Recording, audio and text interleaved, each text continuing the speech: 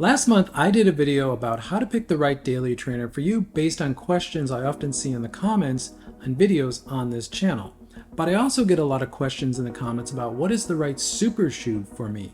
So I thought I'd sit down again and go through those common questions that come up time and time again and get into what I think are the best super shoes out there on the market currently.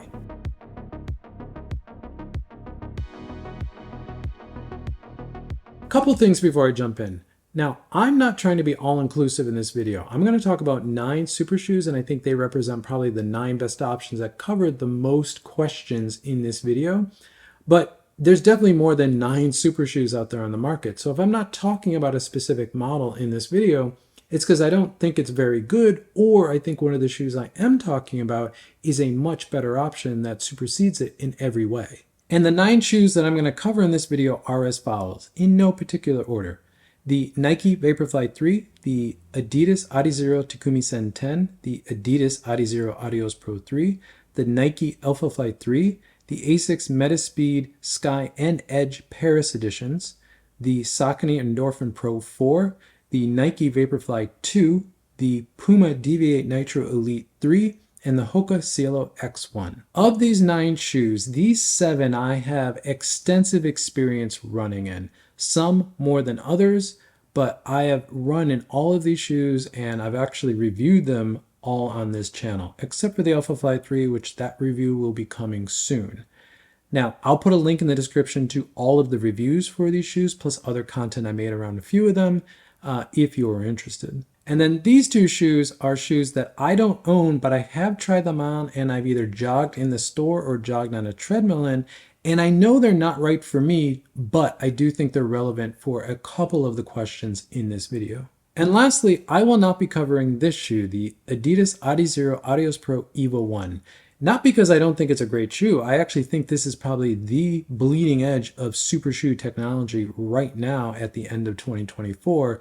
But this shoe is a rather extreme edge case. It's really optimized around a very efficient, very powerful, elite level runner, which most of us aren't. Additionally, with the price and the availability of this shoe, this is just not a shoe that most people really need to own or buy. So with all of that out of the way, let's jump into the common questions I keep seeing around super shoes. And the first most common question I see about super shoes is, what is the best first super shoe? Well, what I look for in that category would really be a shoe that's understandable, a shoe that feels kind of like a normal running shoe. Now, super shoes can feel very extreme because, again, they're really engineered for performance over really anything else, and they're really meant for elite level runners. But I do think there's some really great options out there that are very understandable and very relatable if you're used to running in a trainer. And I think one of the best options is this, the Saucony Endorphin Pro 4.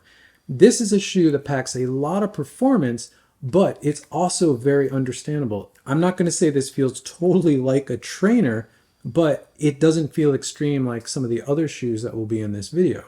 This is a shoe that you can put on, and really anyone can put on, and go out and run in it and understand how to run in this and get the benefits of all the technology and the performance in the shoe. It's really an exceptional shoe and probably the best option of all of the current super shoes available for your first super shoe purchase. The other option for this category would be this, the Puma Deviate Nitro Elite 3. Now, this isn't a shoe that I'm interested in owning or really running in, but when I did try this on and jogged around the store, I did find it very relatable to especially Puma trainers. It felt like another Puma trainer, but you're getting a super foam and you're getting a carbon fiber plate, and there is the performance in this shoe that will justify a super shoe purchase. But again, it's going to feel very relatable and you're going to do very well in this as your first super shoe. The next question I see often is, I'm a heavier runner, what's going to be the best super shoe for me? Well, I'm going to define a heavier runner here, like I did in my trainer video, as someone who is 90 kilos or about 200 pounds. Now, super shoes, generally speaking, are made for much lighter weight runners. They have foams that are not really meant to withstand the amount of force that a heavier runner is going to be putting into the ground. That being said, though, there are a couple options that I think are really good. And I think the best one for a heavier runner right now is this, the Adidas Adizero Adios Pro 3. And the real story of this shoe is this foam. This is a full Lightstrike Pro foam shoe. And Lightstrike Pro is kind of a very dense material, meaning this is a shoe that is going to withstand the amount of force that you as a heavier runner can put into it and into the ground. Now, you're going to get diminishing returns in any super shoe, but this is going to be your best option. You're not going to get the durability in this shoe that, say, a 60 or 70 kilo runner would, but this shoe is going to hold up to some training and at least a little racing for you, and it's going to perform very well. And this is one of the best performing super shoes that you can currently buy. And I would say even for a heavier runner, because Lightstrike Pro is so dense and the rods in this shoe are so supportive, this is going to be an excellent option for performance as well for a heavier runner. And the other option I put in this category would be this, the Hoka Seal X1. Now again, this is a shoe that I don't own, nor am I really that interested in running in. However, when I did run in this shoe on a treadmill, I did find it very fun to run in, and there's a lot of foam in this shoe. And that's why I think this is probably a really good option for a heavier runner.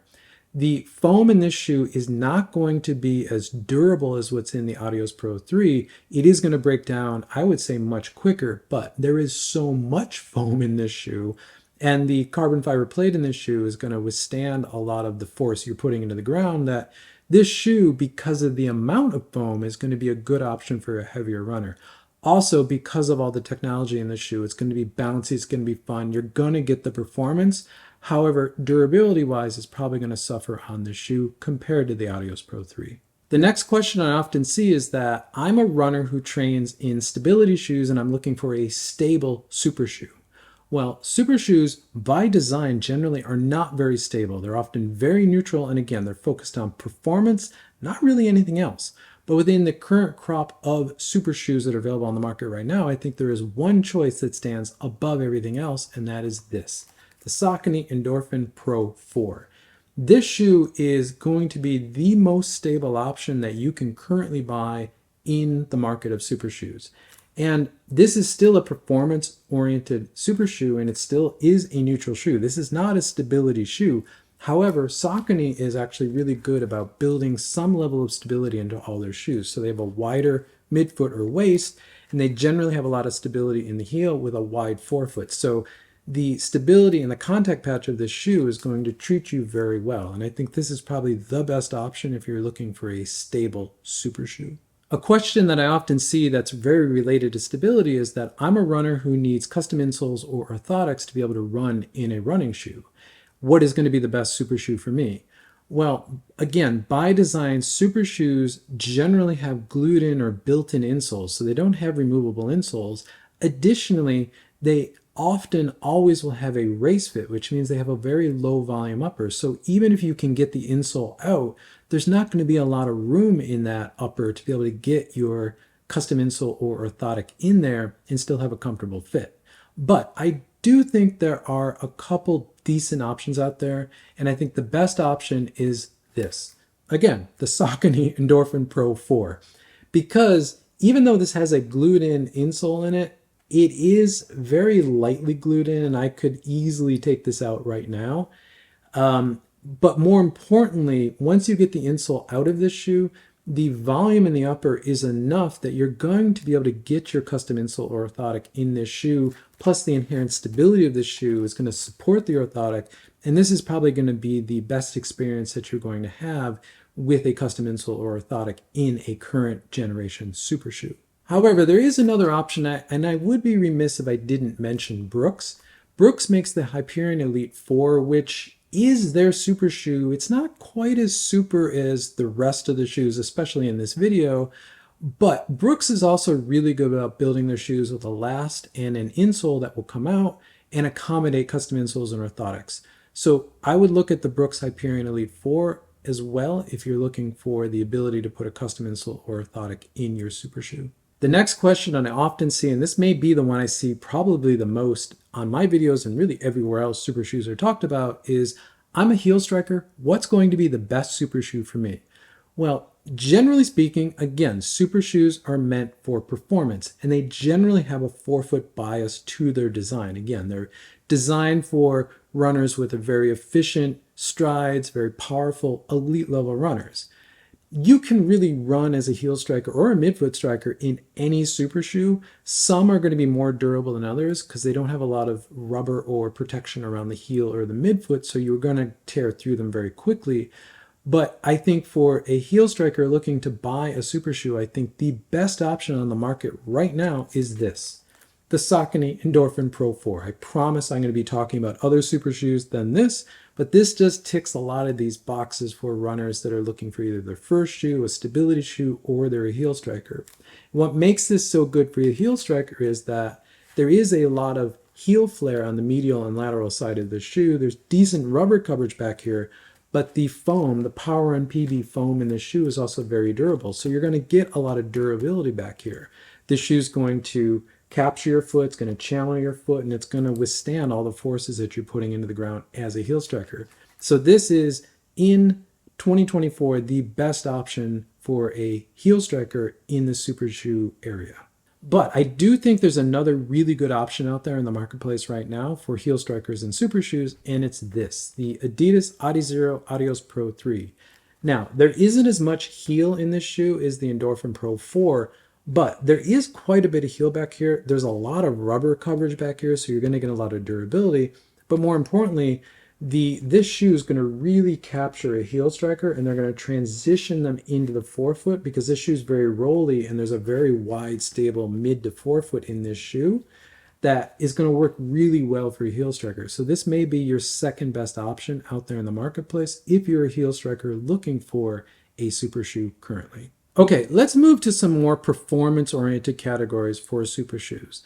And the first one I'm going to cover is I'm looking for a super shoe for shorter distances. And I'm going to define a shorter distance here, everything from a road mile up to a 10K. And within this category, I think there is one super shoe that stands out above the rest, and it's this, the Adizero Takumi Sen 10. This is probably the best option for a super shoe for shorter racing that you can currently buy. It is a wonderfully stripped down, very short distance focused race shoe that is really quite exceptional. This is a fast shoe. And for shorter races, this is definitely, I think, the best option in the marketplace right now. And as good as I think the Takumi Sen 10 is for shorter racing, I think there's another option that really goes toe-to-toe with this shoe, literally. And that is this, the Nike Vaporfly Next Percent 2, specifically the 2.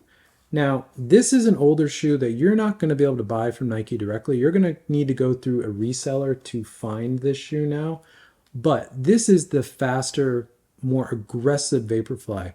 There's a reason that elite level marathoners that are still racing in the Vaporfly are racing in this shoe, the Vaporfly 2, over the Vaporfly 3, because this is just a little bit faster, a little bit more aggressive. And if you're really min-maxing for shorter course racing, again, a road mile up to about a 10K, this is going to be, I think, the best alternative to the Takumi Sen 10. There is one more shoe that I need to mention in this category, and it really is this, the Asics Metaspeed Edge Paris.